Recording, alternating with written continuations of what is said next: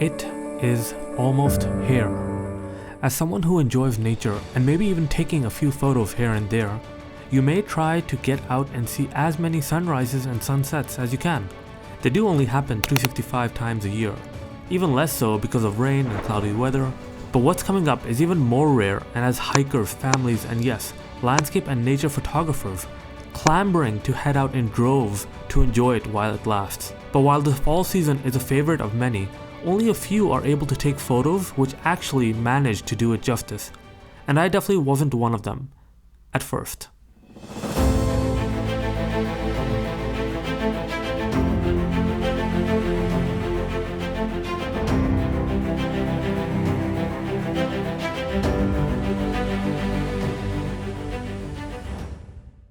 So I want to go over 7 mistakes that I made last year when doing landscape photography to try and help you improve and get ready to create beautiful photos this fall. And I think when we think of the colors of fall, we immediately assume that we'll be able to create and make those interesting photos without having to do any work. And that's the first mistake I made last year, which is to assume that I'd be able to go out to any location, whether it's a forest or a park or a trail, and be able to create beautiful photos just because everything else around me was going to be vibrant. And that just wasn't the case, because a beautiful scene doesn't necessarily translate into a beautiful photo. So the first thing that I learned was, don't make fall the first time you end up going to a new location. Start going to your local forests and parks and keep going on those hikes, because that's when you'll start to understand the location a lot better and be able to understand what type of photos will work well. Do you have nice vista views where you can just overlook the entire valley and see an array of colors come fall? Or do you have lakes where you'll start to see interesting reflections of the different colors of the trees when fall comes? And if you don't have either of those, do you have forests or trails or even parks where you can find interesting trails, where you can figure out what might be an interesting composition, but it's just missing that one element, and when fall comes, that one element will fall into place there? And that actually brings me to the second mistake that I made, and I've seen so many other people make, whether they're photographers or they're just families trying to enjoy the nice colors of fall. It's very easy to think that the best time to view these fall colors is when there are no clouds in the sky, when it's blue and it's nice and sunny. And so why not go maybe around noon to get the best experience as possible? But as photographers, we've come to realize that the best time isn't midday. And there's several problems that happen when you go out during that time. One is you start to see a lot more shadows on the forest floors that interact with all the leaves and the trees, and when you try to take a 2D image of that scene, it just doesn't translate nearly as well. And the second one is that the light actually starts to bounce a lot more off of those leaves. That tends to create a lot more reflection, and the colors just become a lot more muted. And so try to go out as early as possible, because you'll start to see when the trees are fully in shadow, that's when their colors are most brilliant. And that's where you're able to really understand what fall actually looks like. But building on top of that, there's actually gear that can help you retain that vibrancy in the fall colors, so that you can keep taking photos even when the sun starts muting out the colors of the leaves. Take a look at these two photos. Do you notice a difference between the colors? One of the photos contains leaves which are very muted, and the other one still has richness in the colors. No, it's not because of saturation or anything I've done in editing. It's actually because I've used a circular polarizer. So the way circular polarizers work is that they will reduce the reflected light off of different objects. And so when you're taking photos of these fall colors and the leaves, you'll be able to reduce the reflections which are keeping the colors muted, and be able to bring out more and more vibrancy before you even have to go and edit, because there's very little you can do to bring out the colors of these photos. Because if you try to amp the saturation or try and do any sort of editing wizardry, you're inevitably going to end up losing some other detail, maybe in the shadows, maybe in the highlights, or it might not look very realistic. So having a circular polarizer, which is actually one of the cheapest gear that you can purchase for your camera, will really help you make sure that you can create those beautiful photos. But apart from worrying about white light and its reflections on the leaves, there's another type of light that I think most people don't tend to worry about too much, but I think it's really a hindrance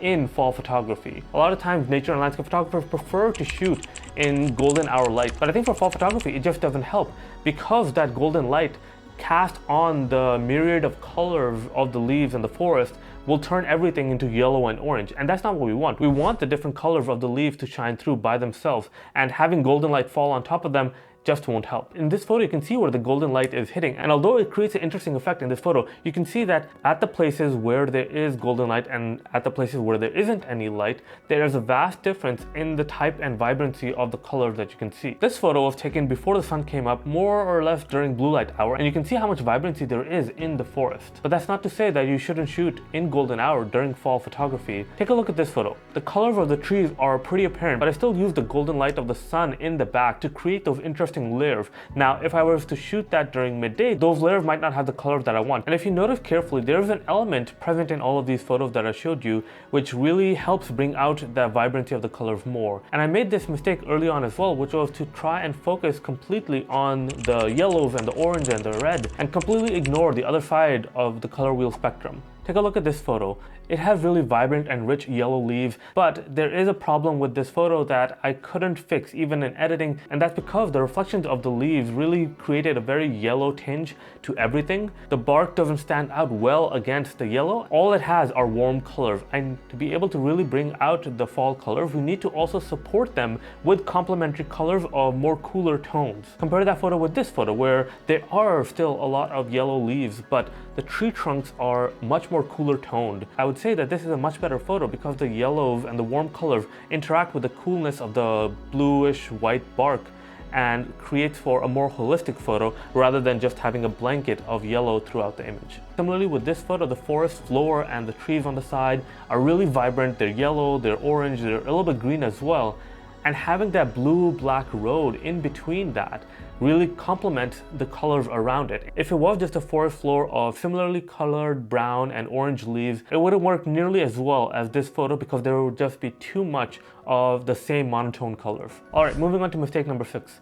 It's very easy to become very overwhelmed with all the fall colors because when you take account of all the other mistakes that I showed you before, you go out during the early hours before the sun is even up and you see the vibrancy of fall colors everywhere. You might even have a little bit of mist in the air. The problem is you tend to forget about some of the most important things about making interesting photos. You take out your camera and you start pointing it everywhere, especially because fall is a very fickle time. It's not going to last very long and you only have so much time to make use of the brilliant colors in the trees. And so a lot of people tend to forget about composition. It can be really easy to create beautiful photos during fall, but you have to focus on the composition because you're going to inevitably take the photo back. And if you want to keep looking at this photo, if you want other people to enjoy it, you need to engage the viewer with the compositional tools. If you're going to take photos in a forest, are the trees aligned in an ordered way, or are you just pointing it and there's just complete chaos everywhere? There's things around the edges, the colors don't engage well with one another, and the viewer's eyes just glaze over the entire photo. And finally, the last big mistake that I made.